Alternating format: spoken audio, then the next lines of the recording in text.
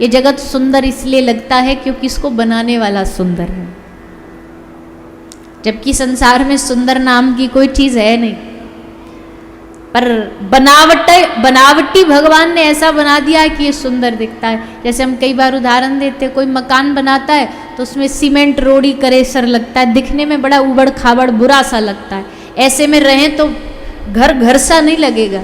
तो फिर क्या करता है वो जो काम करने वाला, वो उस पर प्लास्टर कर देता है।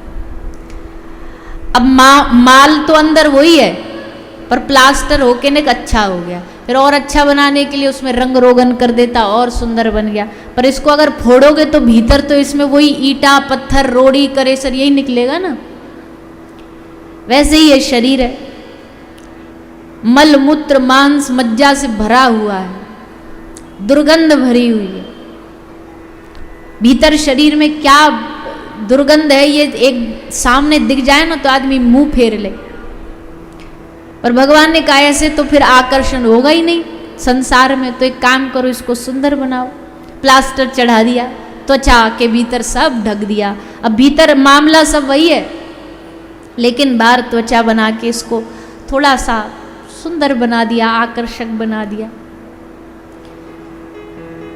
बड़े बड़े निराले खेल है भगवान के। कभी कभी मन में आता, प्रभु तुमने ये दुनिया बनाई काहे को थी?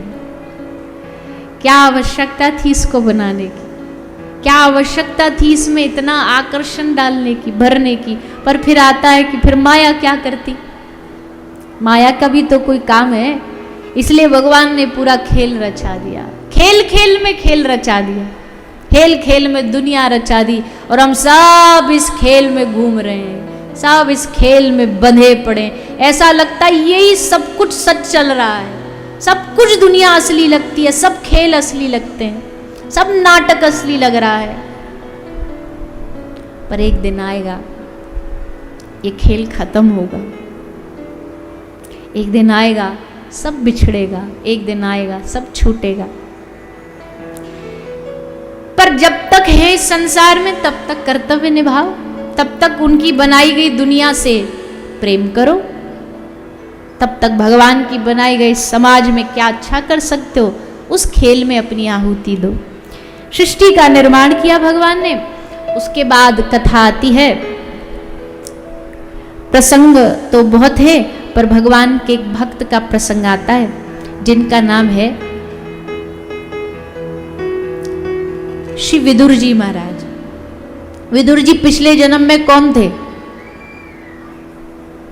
विदुर जी जो है वो यमराज ही विदुर जी का अवतार लेकर के आए थे।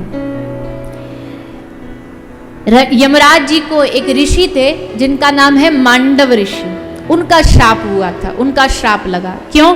एक बार एक राजमहल में चोरी हुई, तो चोर बहुत सारा सामान राजमहल से चुरा के लाए।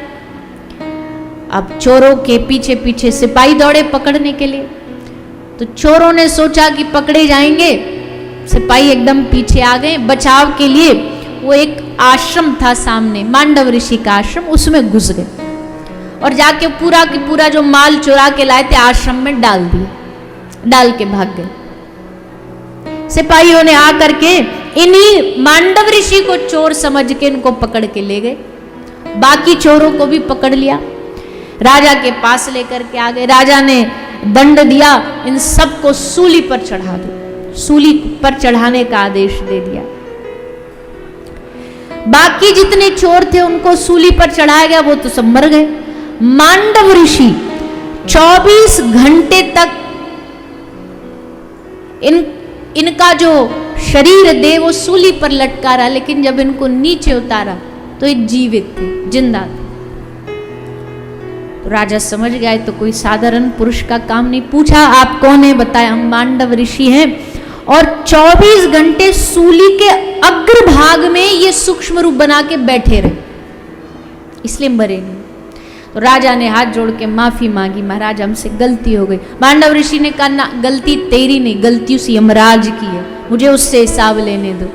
तो मांडव ऋषि सीधा यमराज के पास गए। यमराज ने जैसे देखा तो हाथ जोड़ के खड़ा हो गया। देखो यमराज जी के दो रूप है, पापियों के लिए तो प्रचंड रूप है, पर जो भगवान के भक्त हैं, वैष्णव हैं, उनके लिए यमराज जी हाथ जोड़े खड़े रहते हैं।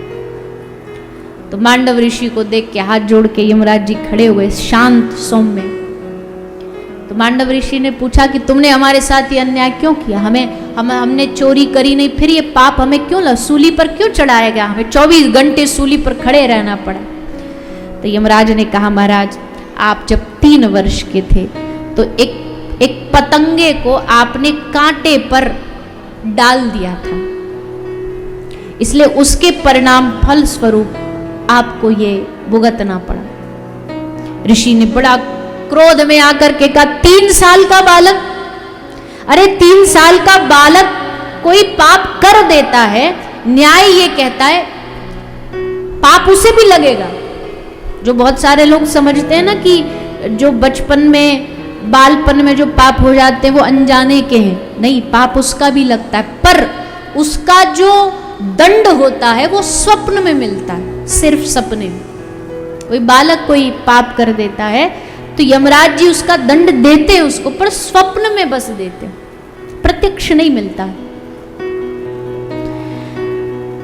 तो तुमने हमारे साथ अन्याय किया, तुमने काम एकदम मानवों जैसा किया, इसलिए जाओ अगले जन्म में तुम धरती पर द्वापर में एक दासी के पुत्र बनोगे। और तब वही यमराज जी दासी पुत्र विदुर बनकर आए, श्री विदुर जी महाराज के रूप में।